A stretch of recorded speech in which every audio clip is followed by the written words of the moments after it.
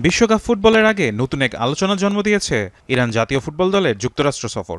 রাজনৈতিক উত্তেজনার মধ্যেই দলটি রোববার ভোরে মেক্সিকো সীমান্ত শহর তিজুয়ানায় পৌঁছেছে। গত 3 সপ্তাহ ধরে তারা অনুশীলন সেরেছে তুরস্কে। মূলত যুক্তরাষ্ট্রে ক্যাম্প করার পরিকল্পনা থাকলেও ভিসা অনিশ্চয়তার কারণে শেষ মুহূর্তে তাদের বেস ক্যাম্প অ্যারিজোনা থেকে মেক্সিকোতে সরিয়ে নেওয়া হয়। ইরানের ফুটবল ফেডারেশনের দাবি, প্রথম ম্যাচের মাত্র 10 দিন আগে খেলোয়াড়দের ভিসা দেওয়া হয়েছে। তবে দলের কয়েকজন গুরুত্বপূর্ণ প্রশাসনিক ও ব্যবস্থাপনা কর্মকর্তাকে এখনও ভিসা দেওয়া হয়নি।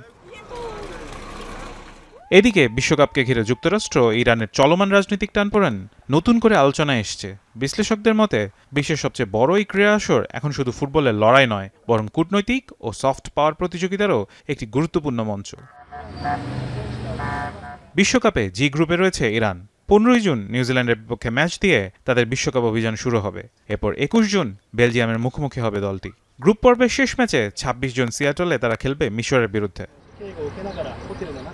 ক্রীড়াঙ্গনে উত্তেজনার পাশাপাশি মাঠের বাইরের রাজনৈতিক বাস্তবতাও তাই এবারের বিশ্বকাপকে প্রভাবিত করছে বারবার। ফারহান ইহসান, এখন।